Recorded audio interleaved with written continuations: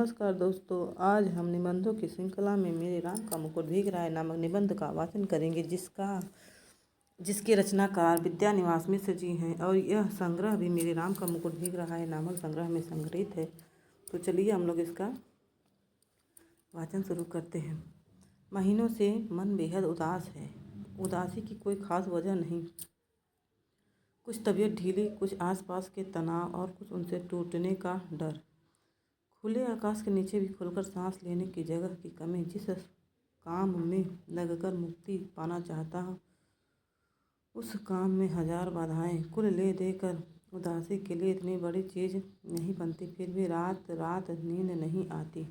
दिन ऐसे बीतते हैं जैसे भूतों के सपने की एक रील पर दूसरी रील चढ़ा दी गई हो और भूतों की आकृतियाँ और डरावनी हो गई हों। इसलिए कभी कभी तो बड़ी से बड़ी परेशानी करने वाली बात हो जाती है और कुछ भी परेशानी नहीं होती। उल्टे ऐसा लगता है जो हुआ एक सहज क्रम में हुआ, न होना ही कुछ अटपटा होता। और कभी कभी बहुत मामूली सी बात भी भयंकर चिंता का कारण बन जाती है। अभी 2-3 रात पहले मेरे एक साथी संगीत का कार्यक्रम सुनने के लिए 9 बजे रात। अब यहाँ पे थोड़ा सा ये पॉइंट याद करने लायक है कि कितने बजे गए थे, तो 9 बजे रात 9 बजे रात गए।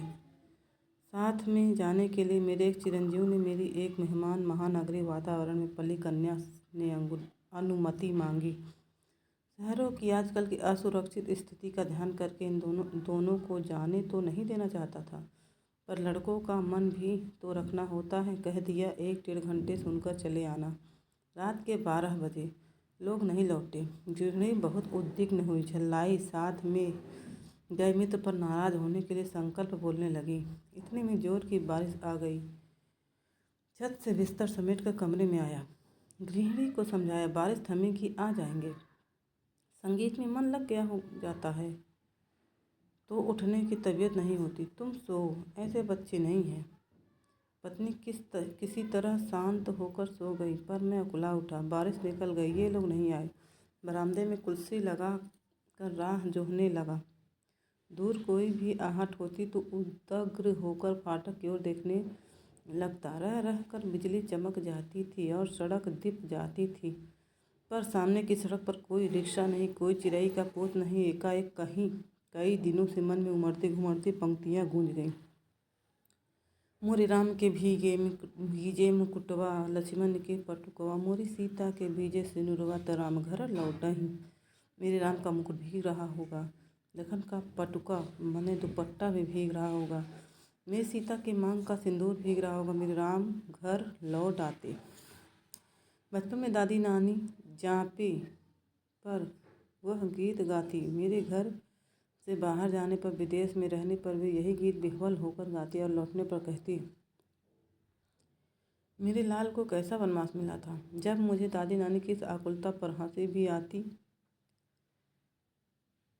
गीत का स्वर बड़ा मीठा लगता, हाँ, तब उनका दर्द नहीं छूता। पर इस प्रतीक्षा में एकाएक उसका दर्द उस ढलती रात में उभर आया और सोचने लगा, आने वाली पीढ़ी पिछली पीढ़ी की ममता की पीड़ा नहीं समझ पाती और पिछली पीढ़ी अपनी संतान के संभावित संकट की कल्पना मात्र से उद्विग्न हो जाती है। मन में यह प्रतीति ही नहीं होती कि अब संतान समर्थ है, बड़ा से बड़ा संकट झेल लेगी। बार बार मन को समझाने की कोशिश करता।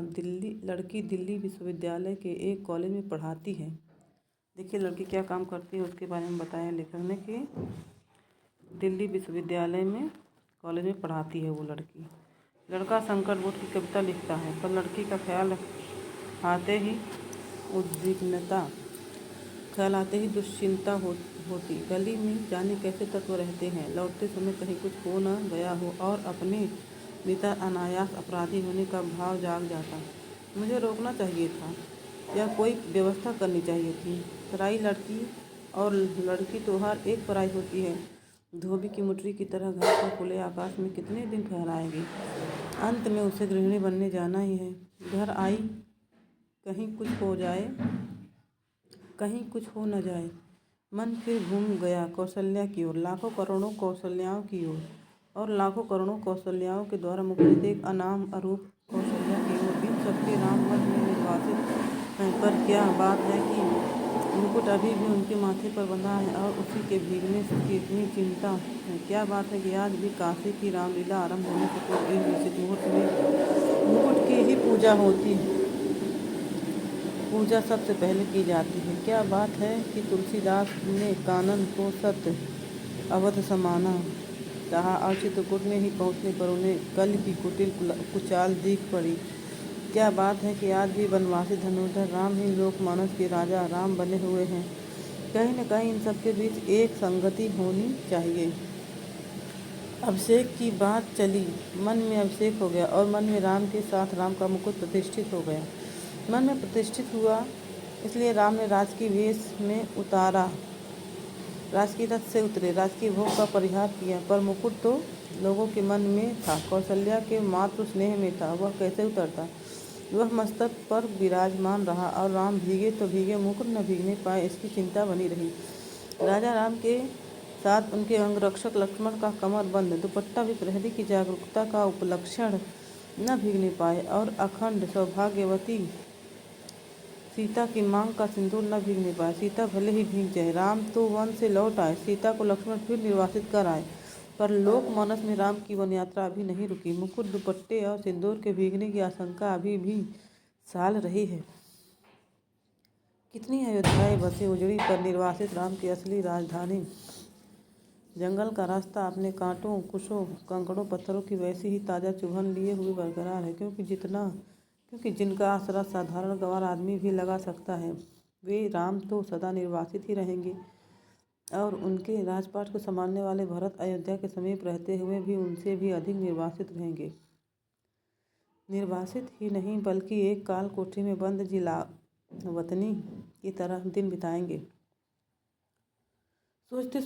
सोचते लगा कि देश की ही नहीं पूरे विश्व की एक कौशल्या है जो हर बारिश में बिसूर रही है। मेरे राम का भीजे मुकुटवा, मेरे राम का मुकुट भीग रहा होगा। मेरी संतान ऐश्वर्य की अधिकारिणी संतान वन में घूम रही है, उसका मुकुट, उसका ऐश्वर्य भीग रहा है। मेरे राम कब घर लौटेंगे? मेरे राम के सेवक का दुपट्टा भीग रहा है, बहरवे का कमरबंद भीग रहा है, उसका जागरण भीग रहा है। मेरे राम की सहचारिणी सीता का सिंदूर भीग रहा है, उसका अखंड सौभाग्य भीग रहा है। मैं कैसे धीरज धरूं? मनुष्य की इस सनातन नियति से एकदम आतंकित तो हो उठा। ऐश्वर्य और निर्वासन दोनों साथ साथ चलते हैं। जिसे ऐश्वर्य सौंपा जाने वह उसको निर्वासन पहले से बदा है। जिन लोगों के बीच रहता हूँ वे सभी मंगल नाना के नाती हैं, वे मुद मंगल में ही रहना चाहते हैं। मेरे जैसे आदमी को वे निराशावादी समझकर बिरादरी से बाहर ही रखते हैं। डर लगता रहता है कि कहीं उड़कर उन्हें भी दुख न लग जाए, पर मैं अशेष मंगलाकांक्षाओं के पीछे से झांकती हुई दुर्निवार शंका को आंखों में झांकता हूँ तो मंगल का सारा उत्साह फीका पड़ जाता है और बंधनवार नर दिखकर बटोरी हुई रस्सी की शकल में कुंडली मारी नागिन दिखती है। मंगल घट अवघाई हुई अधफूटी गगरी दिखता है। उत्सव की रोशनी का तामझाम धुओं की गांठों का अंबार दिखता है और मंगल वाद्य डेरा उखाड़ने वाले अंतिम कार बरदार की सांस में बजकर एक बारगी बंद हो जाता है। लागति अवध भयावह भारी पंक्तियों को ध्यान में रखना होगा। लागति अवध भयावह भारी, मानव काल रात अंधियारी, घोर जंतु सम पुर नर नारी, दर्पह एक निहारी, घर मसान परिजन जन भूता, सुत हित मीत जन मनहु जमदूता, बांगन बिटप बोल कुम्हिलाही, सरित सरोवर देख न जाही। कैसे मंगल में प्रभात की कल्पना थी, कैसी अंधेरी काल रात्रि आ गई है। एक दूसरे को देखने से डर लगता है। घर मसान हो गया है, अपने ही लोग भूत प्रेत बन गए हैं, पेड़ सूख गए हैं, लताएं कुम्हला गई हैं, नदियों और सरोवरों को देखना भी दुस्सह हो गया है, केवल इसलिए कि जिसका ऐश्वर्य है से अभिषेक हो रहा था वह निर्वासित हो गया। उत्कर्ष की ओर उन्मुख समष्टि का चैतन्य अपने ही घर से बाहर कर दिया गया।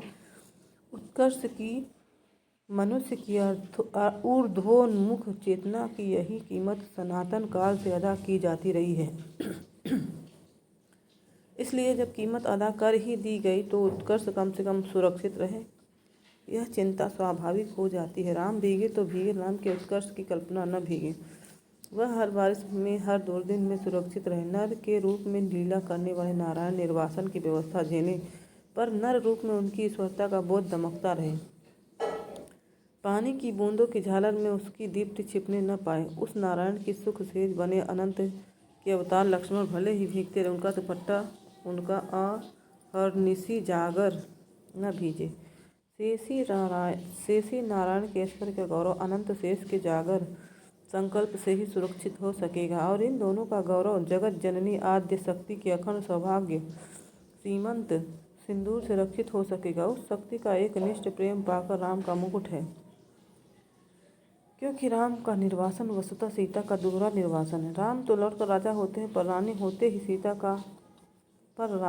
ही सीता राजा राम द्वारा वन में निर्वासित कर दी जाती है। राम के साथ लक्ष्मण हैं, सीता है। सीता वन्य पशुओं से घिरी हुई विजन में सोचती है, प्रसव की पीड़ा हो रही है, कौन इस बेला में सहारा देगा, कौन प्रसव के समय प्रकाश दिखाएगा, कौन मुझे संभालेगा, कौन जन्म के गीत गाएगा। कोई गीत नहीं गाता। सीता जंगल के सूखी लकड़ी बीनती है, जलाकर अंजोर करती है और जुड़वा बच्चों का मुंह निहारती है। दूध की तरह अपमान की ज्वाला में चित्त कूद पड़ने के लिए उफनता है, और बच्चों की प्यारी और मासूम सूरत देखते ही उस पर पानी के छींटे पड़ जाते हैं, उफान दब जाता है। इस निर्वासन में भी सीता का सौभाग्य अखंडित है। वह राम के मुकुट को तब भी प्रमाणित करता है। मुकुटधारी राम को निर्वासन से भी बड़ी व्यथा देता है, और एक बार और अयोध्या जंगल बन जाती है, स्नेह की रसदार रेत बन जाती है। सब कुछ उलट पुलट जाता है। भवभूति के शब्दों में पहचान की बस एक निशानी बच रहती है। दूर ऊंचे खड़े तटस्थ पहाड़, राजमुकुट में जड़े हीरों की चमक के सैकड़ों शिखर, एकदम कठोर, तीखे और निर्मम। पुरा यत्र स्रोतः पुलिन मधुना तत्सरितां विपर्यांसं यातो घन विरलभावः क्षितिरुहां बहो कालाद् दुष्टं दृष्टं क्वापरमिव वन्दे मन्ये वनमिदं निवेशः शैलाना तद्दमिति बुद्धिं दृढ़यति। इस तरह से ये पंक्तियाँ आई है। राम का मुकुट भीग रहा है, तो ध्यान देने वाली बात है। राम का मुकुट इतना भारी हो उठता है कि राम उस बोझ से कराह उठते हैं, और इस वेदना के चित्कार में सीता के माथे का सिंदूर और दमक उठता है। सीता का वर्चस्व और प्रखर हो उठता है। कुर्सी पर पड़े पड़े यह सब सोचते सोचते 4 बजने को आए। इतने में दरवाजे पर हल्की सी दस्तक पड़ी। चिरंजीवी निचली मंजिल से ऊपर नहीं चढ़े। सहमी हुई कृष्णा, देखिए उस लड़की का नाम पूछ सकता है तो कृष्णा था, जो कॉलेज में टीचर थी। कृष्णा, मेरी मेहमान लड़की बोली। दरवाज़ा खोलिए। आंखों में इतनी कातरता कि कुछ कहते ही नहीं बना। सिर्फ इतना कहा कि तुम लोगों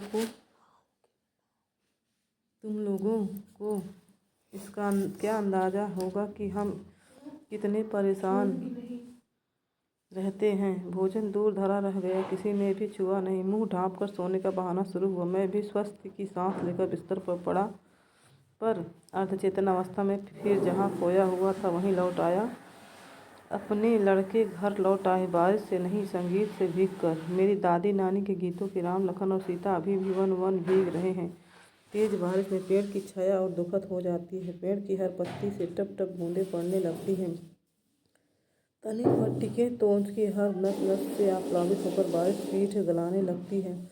जाने कब से मेरे राम भीग रहे हैं, और बादल है कि मूसलाधार ढरकाए चले जा रहे हैं। इतने में मन में एक चोर धीरे से फुसफुसाता है, हे राम, तुम्हारे कब से हुए?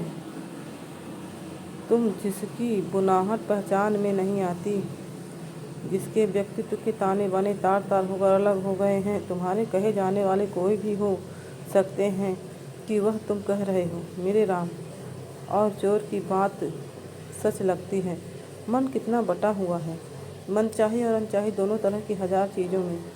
दूसरे कुछ पतियाएँ भी, पर अपने ही भीतर प्रतीति नहीं होती कि मैं किसी का हूँ या कोई मेरा है। पर दूसरी ओर यह भी सोचता हूँ कि क्या बार बार विचित्र से अनमनेपन में अकारण चिंता किसी के लिए होती है, वह चिंता क्या पराये के लिए होती है?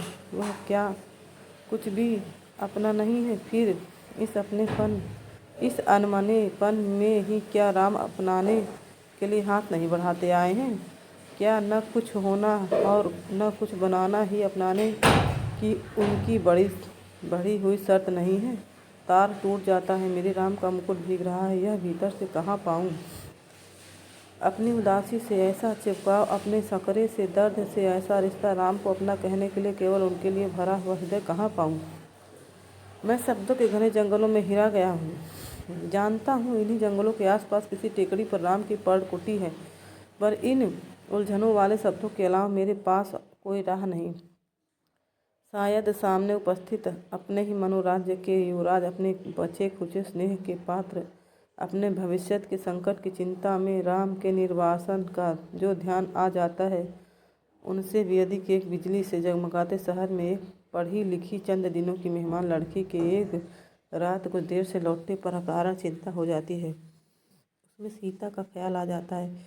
वह राम के मुकुट या सीता के सिंदूर के भीगने की आशंका से जोड़े न जोड़े, आज की दरिद्र अर्थहीन उदासी को कुछ ऐसा अर्थ नहीं देता जिससे जिंदगी ऊब से कुछ उबर सके। और इतने में पूरब से हल्की उजास आती है और शहर के इस शोर भरे बियावान में चक्की के स्वर के साथ चढ़ते उतरते जंतसार गीती हल्की सी सिहरन पैदा कर जाती है। मोरे राम के भीजे मुकुटवा और अमचूर की तरह विश्वविद्यालयी जीवन की निरस्ता में सूखा मन कुछ जरूर ऊपरी सतह पर ही सही भीगता नहीं तो कुछ नम तो हो ही जाता है। और महीनों की उमड़ी घुमड़ी उदासी बरसने को आ जाती है। बरस न पाए यह अलग बात है, कुछ भीतर भाव हो तब न बरसे, पर बरसने का यह भाव जिस ओर से आ रहा है उधर राह होनी चाहिए। इतनी असंख्य कौशल्याओं के कंठ में बसी हुई जो एक अरूप ध्वनिमयी कौशल्या है, अपने सृष्टि के संकट में उनके सतत उत्कर्ष के लिए आकुल उस कौशल्या की ओर, उस मानवीय संवेदना की ओर ही कहीं राह है, घास के नीचे दबी हुई, पर उस घास की महिमा अपरंपार है। उसे तो आज वन्य पशुओं का राजकीय संरक्षित क्षेत्र बनाया जा रहा है। नीचे ढकी हुई राह तो सैलानियों के घूमने के लिए, वन्य पशुओं के प्रदर्शन के लिए, फोटो खींचने वालों की चमकती छवि, यात्राओं के लिए बहुत ही रमणीक स्थल बनाई जा रही हैं। उस राह पर तुलसी और उसके मानस के नाम पर बड़े बड़े तमाशे होंगे, फुलझड़ियाँ दगेंगी और सैर सपाटे होंगे, पर वह राह ढकी ही रह जाएगी। केवल चक्की का स्वर, श्रम का स्वर, ढलती रात में भीगती रात में अनसोए वात्सल्य का स्वर राह तलाशता रहेगा। किस ओर राम मुड़े होंगे बारिश से बचने के लिए, किस ओर बता दो सखी। इस तरह हमारा यह निबंध भी पूर्ण हुआ, जो कि मेरे राम का मुकुट भीग रहा है नामक निबंध है, जो कि विद्यानिवास मिश्र द्वारा रचित है। आपको यह निबंध कैसा लगा, कृपया अपने विचार जरूर प्रकट करें। और हाँ, जाते जाते एक छोटा सा सवाल कि वह जो लड़की थी उसका क्या नाम था जो संगीत देखने गई थी।